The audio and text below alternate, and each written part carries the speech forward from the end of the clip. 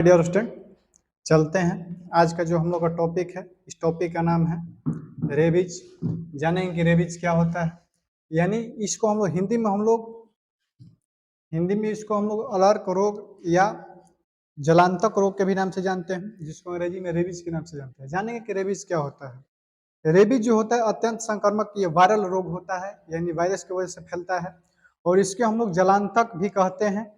यह जो होता है केंद्रीय स्नायु तंत्र यानी सेंट्रल नर्वस सिस्टम, यानी हम लोग को सेंट्रल नर्वस सिस्टम को प्रभावित करता है और यह जो होता है प्राणघातक बीमारी होता है। इसमें क्या होता है कि व्यक्ति को कभी कभी मृत्यु भी हो जाती है। और यह जो बीमारी होता है कैसे फैलता है, इस बीमारी को फैलने के लिए जो वायरस जिम्मेदार होता है उस वायरस का नाम होता है लाइसा वायरस। लाइसा वायरस टाइप 1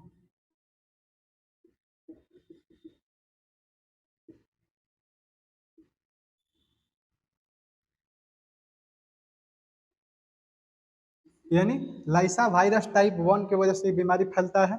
और ये बीमारी ये कैसे फैलता है, किन कारणों से फैलता है। इस बीमारी को फैलने का कारण हो सकता है जैसे आपको कुत्ता हो गया, बिल्ली हो गया, भेड़िया हो गया, लोमड़ी हो गया, सियार हो गया।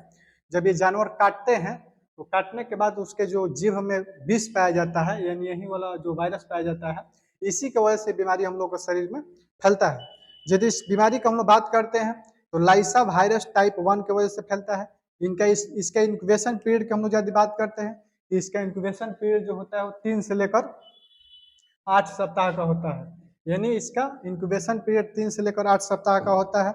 इस बीमारी का यदि संचरण की बात करें, मोड ऑफ ट्रांसमिशन की यदि हम लोग बात करते हैं, इस बीमारी का मोड ऑफ ट्रांसमिशन जो होता है कि एनिमल बाइट्स, यानी एनिमल बाइट्स बाइट्स का मतलब क्या होता है, जानवरों का विष।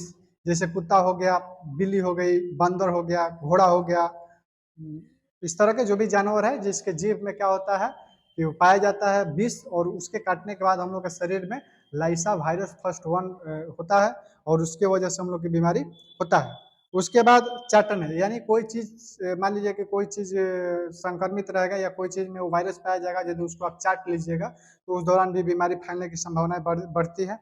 पर्सन टू पर्सन, यानी एक व्यक्ति दूसरे व्यक्ति के संपर्क, यानी जो व्यक्ति रेबीज के शिकार है यदि उसके संपर्क में आप भी आते हैं तो आपको भी रेबीज होने की संभावना बढ़ जाती है।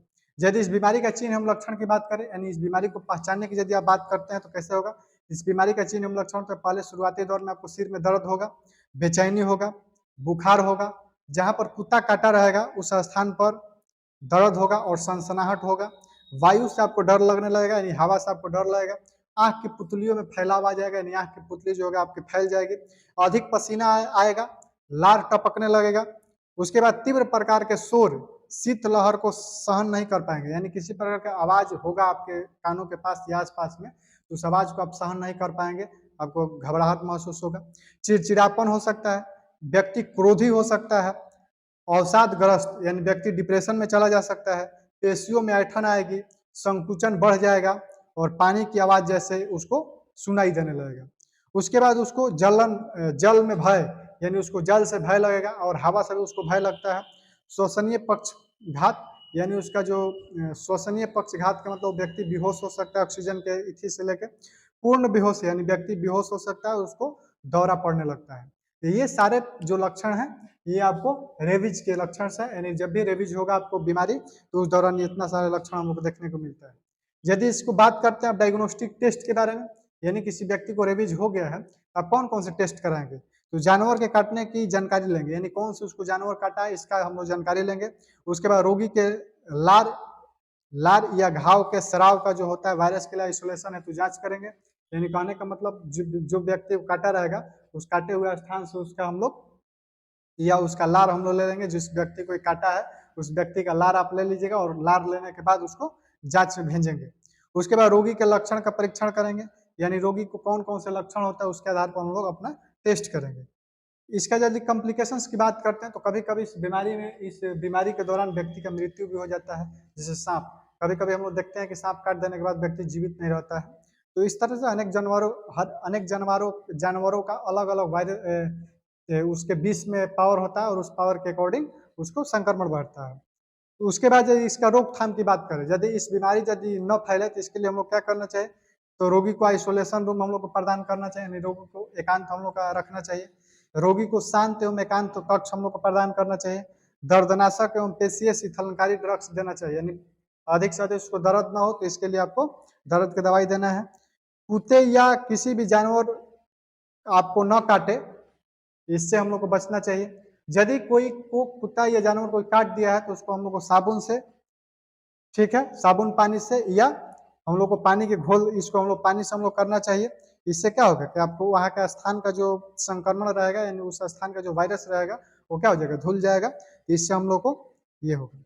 उसके बाद बेटाडीन सोल्यूशन, बेटाडीन जो सोल्यूशन आता है उसको हम लोग उपयोग में करेंगे। एंटीबायोटिक हम लोग लेंगे, ठीक है। उसके बाद काटने वाले पशु को 10 दिन तक निगरानी आपको करना है। जो पशु आपको काटा रहेगा, यानी जो जानवर आपको काटा रहेगा, उस जानवर का आपको 10 दिन तक निगरानी करना है। यदि 10 दिन के अंदर वो जानवर मर गया तो समझ लेना है कि वो जानवर पागल था, और जल्दी पागल नहीं रहेगा तो जानवर मरेगा नहीं। तो इससे हम लोग को बीमारी को पहचानने में आसानी रहता है। उसके बाद एंटीबायोटिक का हम लोग उपयोग करेंगे। रेबीज इम्यूनोग्लोबिन, यानी रेबीज इम्यूनोग्लोबिन जो इंजेक्शन आता है उसको हम लोग को लेते रहना चाहिए। फूले घाव और त्वचा के काटे वाले व्यक्तियों को जो होता है, हम लोग को रोगी कक्ष में प्रवेश नहीं करने देना चाहिए।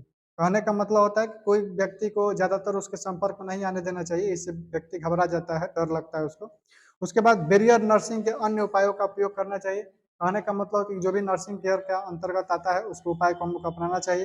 क्रियाशील एवं सक्रिय टीकाकरण, यानी रेबीज से बचने के लिए जो टीकाकरण होता है उसको टाइम टाइम पर हम लोग को लेते रहना चाहिए। इसका टीकाकरण बहुत सारे हो सकता है, ठीक है ना। सीसीवी के भी नाम से हम लोग जानते हैं, जैसे सेल कल्चर वैक्सीन के नाम से जानते हैं। एनटीवी होता है, नर्वस टिश्यू वैक्सीन के नाम से इसको जानते हैं। डीईवी होता है, यानी डोक इम्ब्री वायरस वैक्सीन के नाम से हम लोग जानते हैं। इस तरह के रेबीज के बहुत सारे वैक्सीन आता है जिसको हम लोग को समय समय पर लेते रहना चाहिए। ये रहा हम लोग का रेबीज के बारे में। तो हम उम्मीद करते हैं कि आपको रेबीज के बारे में सारे जानकारी आपको मिला। यदि किसी प्रकार का